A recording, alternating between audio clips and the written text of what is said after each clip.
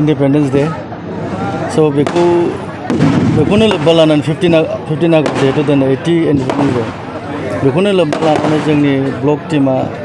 थांनाय 3 तारिखआव जों मिटिं खुंदों जाहाथे जोङो 2005निफ्रायनो मोनसे ब्लकआवहाय जोङो फुटबल टुर्नामेन्ट सोलिबोबाय थादोंमोन ज' सार देग्लाय बेखौ कन्टिनिउ खालामफिनसै नामा होननानै जोङो 3 तारिख ना 2 तारिखआव जों बे मासनि माबायाव जों मिटिं खालामना डिसिसन लादों दा डिसिसन लानानै दिनै टटेल जोंनाव बनगावआव 13टा प्राइमारि दं दा 13टायाव गेलेयो 13टा प्राइमारि लोगोआव ब्लक टीमाबो मोनसे देग्लायहाय पार्टिसिपेट खालामदों आरो थ' गेलेयै दिनै जोबथा फैबाय फाइनाल जाफैबाय 15 आगस्टआव आरो बाहायनो मोननाय टीमा फाइनालिस्टआव जाफैबाय मोनसेया जाहैबाय सिजुगुरि प्राइमारि आरो मोनसेया जाहैबाय बनगाव ब्लक टीम थ' दिनै फैयै फाइनालसिम जोबोद गोजोननाय मोन्दों दिनै जोंनि गेजेराव नेशनेल इन्टारनेशनेल प्लेयारबो दंफैयो दाख्लै जोंनि दुरान्ड कापआव गेलेनाय कलम्बियानि रबिनसन आरो जोंनि बर'नि मुंदांखा हलिचरन नार्जारी बिथांमोना जोंनि दिनै बे फिल्डआव आगान होफैनो हादों जोबोद गोजोननाय मोन्दों मोनसे टीमजों फैदों बिसोरो सिजुगुरि प्राइमारिजों जानानै फैदों टीम जानानै थ' मस्ट वेलकाम जों बिदिनो रायजो राजाफोरखौ गिदिर प्लेयारफोरखौ नुहोनो हायोब्ला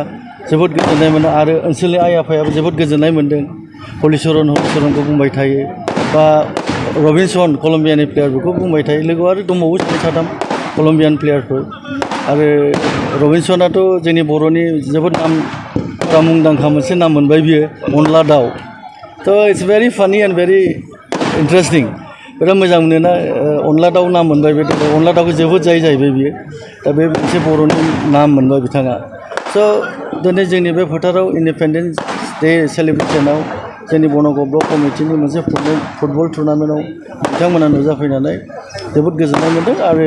ओनसोलनि आइ आफा रायजो राजा जोबोद गोजोननाय मोनो स' निस्सय दिनैनो जोंनि गेमा मोजाङै जागोन आरो मोजां जालांगोन समष्टिनि सिङाव जिहेतु नोंथाङा गेलेनायखौ माबायदि गेलेनायनि थासारि एक्सुवेलि जोङो बे टुर्नामेन्ट अरिजिनेल जोंनि टारगेटआ जाहैबाय ओनसोलाव समष्टियाव जोङो गथ'फोरखौ इयुथफोरखौ जोङो मोनसे बोरै जोङो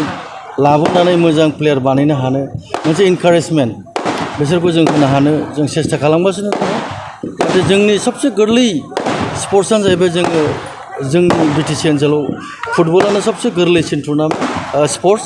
जों बेनि जरियै जाहाथे जों मोजां गेलेनानै जों नेशनेल लेभेलसिम लांनो हायो आरो लांनानै जाहाथे जोंनि गथ'फोरखौ जोङो नेशनेल लेभेलाव गेलेनानै मोनसे गिदिर मुंदांखा फेमास प्लेयार खालामलांनो हायो जों बेखौनो नाजागासिनो दङ आरो बेखौ जोंनि मानगोनां हाग्रामा सारा जोंनि बिटिसि ओनसोलाव बे इयुथ्सफोरखौ जों बोरै फोथांलांनो मोजां लामाखौ जों बोरै दिन्थिलांनो हानो फरायनायजों लोगोसे फरायनायावबो सुबिदा होगासिनो दङ आरो बिदिनो स्पर्ट्स कालचार बेफोरखौ मानगोनां हाग्रामा सारा बिटिसिआव सुबिदा होनो नाजागासिनो आरो सुबिदा होबाय थागासिनोबो दं थ' गतिके बेखौनो लोब्बा लानानै जों दिनै ओनसोलनि गेलेग्रा गथ'फोरखौ हौवायानो जा हिन्जावानो जा जों बयखौबो खावलायो जाहाथे बयबो फैनानै बेबायदि टुर्नामेन्टआव पार्टिसिपेट खालामफैयो प्राइमारि वाइज जाहाथे गावनि रोंगौथिखौ देखायनानै देनांहाय मुंदांखा प्लेयार जालाङो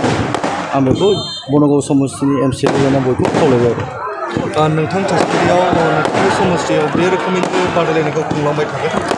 निस्सय जुदि जोंनि दिना मोजाङै मोजां भलिबल थालाङो जों बेखौ खालामलांबाय थागोन